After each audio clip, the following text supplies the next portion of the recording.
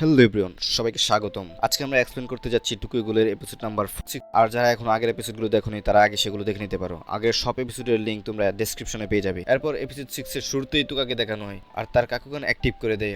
আর তখন তুকার সুকিয়ামার লড়াই শুরু হয়ে যায় আর তুকা সুকিয়ামাকে মারতে থাকে। আর তখন তুকা গানে কি বলে, তাহলে এটা হলো তুকার কাকুগানের শক্তি। এরপর তুকা সুকিয়ামাকে খুব বাজেভাবে আহত করে দেয়। সুকিয়ামা বলে, যেটা আমি ভেবেছিলাম সেটা কিছুই হয়নি, কিন্তু এখন আমার কারোর মাংসের প্রয়োজন আছে।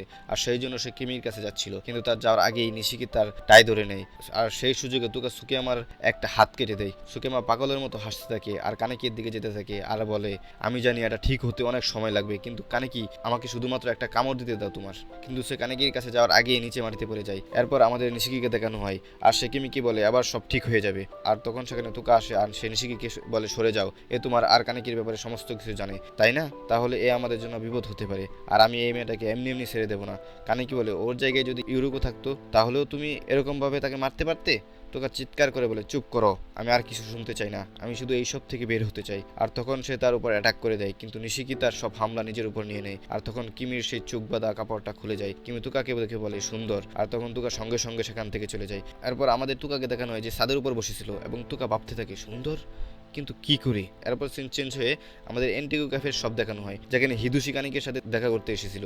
আর তখন সেখানে নিশিকিও চলে আসে, যাকে দেখে হিদুশি বলে, নিশিকি তুমিও এখানে কাজ করো। এরপর আমাদের দেখানো হয় যে কানিকি আর ইসুমুরের কথায় নিশিকিও এখানে এন্টিগো ক্যাফেতে কাজ করবে। আমাদের আবার হিদুশিকে দেখানো হয় যে জিজ্ঞাসা করছিল, তুমি এন্টিগোতে কাজ করার সিদ্ধান্ত কেন নিলে? হিদুশি বলে, এক সেকেন্ড, আবার এটা বলবে না যে তুমি তুকার পেছনে আসো?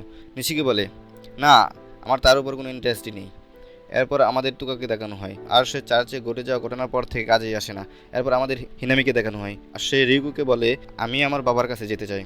এই বলে সে সেখান থেকে দৌড়ে পালিয়ে যায়। আর তখন সেখানে কানেকি যায় আর কানেকি রিকুকে জিজ্ঞাসা করে, হিনামি এত উদাস কেন? রিকু বলে যে সে অনেক সময় ধরে তার বাবার কাছে যায়নি, বাবার কাছ থেকে আলাদা আছে। কানেকি জিজ্ঞাসা করে, তাহলে তার বাবা কোথায় আছে? এরপর সিন চেঞ্জ হলে আমাদের জেসনকে দেখানো হয়, যেখানে আসাকি মানে হিনামির বাবা তাকে একটা হাতিয়ার দেয় আর বলে, এই নাও, এবার এখান থেকে চলে যাও। জেসন বলে, তুমি সত্যিই অনেক ভালো কারিগর। এরপর জেসন সেখান থেকে যেতে থাকে আর তখন আসাকি বলে, হিনামি রিকু, আমরা খুব তাড়াতাড়ি দেখা করব। আর তখন জেসন সেখানে দাঁড়িয়ে যায় আর বলে, আমি এখান থেকে যাওয়ার আগে আমি জানতে চাই যে তুমি কবে থেকে মানুষদের সাহায্য করছো।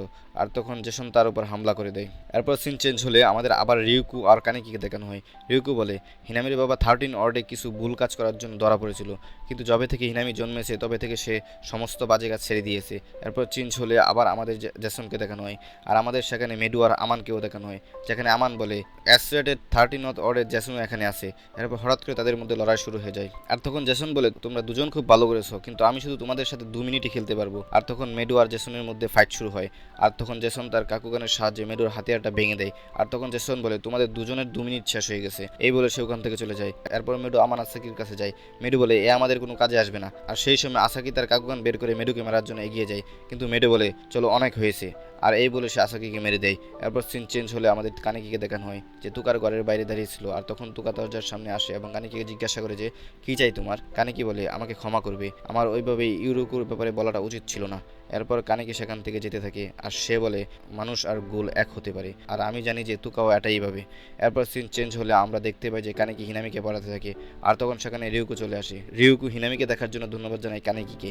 এরপর কানিকি সেখান থেকে চলে যায়। আর তখন হিনামি তার মাকে বলে, আমি এই বইয়ের সব শব্দ শিখে নিয়েছি, তুমি কি আমাকে একটা নতুন বই কিনে দেবে? আমি আরও শব্দ শিখতে চাই, যাতে আমি বাবাকে অবাক করতে পারি। এরপর সিন চেঞ্জ হলে আমাদের কিছু ইনভেস্টিগেটরদের দেখানো হয় যারা জিজ্ঞাসাবাদ করতে থাকে।